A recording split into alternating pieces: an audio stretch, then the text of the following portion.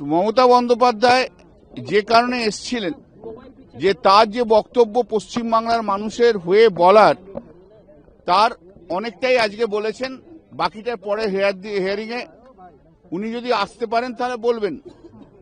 তাহলে যেটা দাঁড়াচ্ছে সেটা হচ্ছে যে মমতা বন্দ্যোপাধ্যায় বাংলার মানুষের জন্য যে দাবি করে এসেছিলেন, সেই দাবির আজকে কিছুটা অনেকটাই গ্রহণযোগ্যতা পেয়েছে সুপ্রিম কোর্টের কাছে, এবং যেগুলো বলেছেন সেগুলো মোটামুটি ভাবে এগ্রি করেছেন।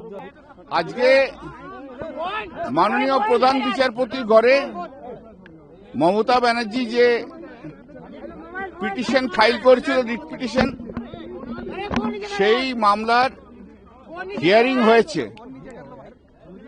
এবং সেই মামলার সঙ্গে আরো অন্যান্য যে মামলাগুলো রয়েছে, দোলার মামলা, ডেরেকের মামলা এবং জয় গোস্বামীর মামলা, এই তিনটে মামলাই হিয়ারিং হয়েছে। তো হিয়ারিং হওয়ার পর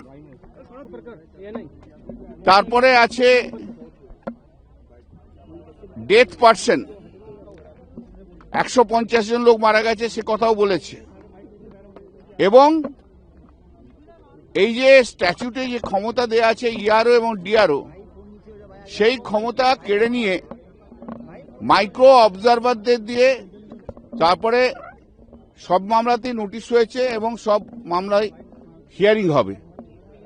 মমতা বন্দ্যোপাধ্যায় যে কারণে এসেছিলেন, যে তার যে বক্তব্য পশ্চিমবাংলার মানুষের হয়ে বলার, তার অনেকটাই আজকে বলেছেন। বাকিটার পরে হিয়ারিং এ উনি যদি আসতে পারেন তাহলে বলবেন। তাহলে যেটা দাঁড়াচ্ছে সেটা হচ্ছে যে মমতা বন্দ্যোপাধ্যায় বাংলার মানুষের জন্য যে দাবি করে এসেছিলেন, সেই দাবির আজকে কিছুটা অনেকটাই গ্রহণযোগ্যতা পেয়েছে সুপ্রিম কোর্টের কাছে, এবং যেগুলো বলেছেন সেগুলো মোটামুটি ভাবে এগ্রি করেছেন। তাহলে আমি বলবো না, চলে যাচ্ছি।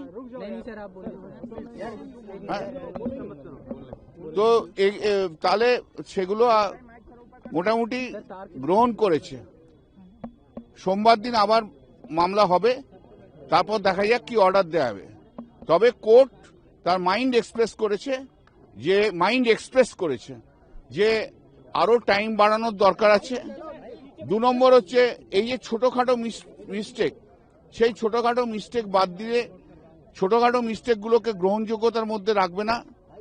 3 নম্বর হচ্ছে শুধু দেখার দরকার কোর্টের, সেটা হচ্ছে যে যারা ডেথ তাদের নাম বাদ যাক, যারা বেঙ্গল থেকে চলে গেছে অন্য কোথাও চলে গেছে তাদের নাম বাদ যাক, কিন্তু যারা ভোটার রয়েছে সেই ভোটারদের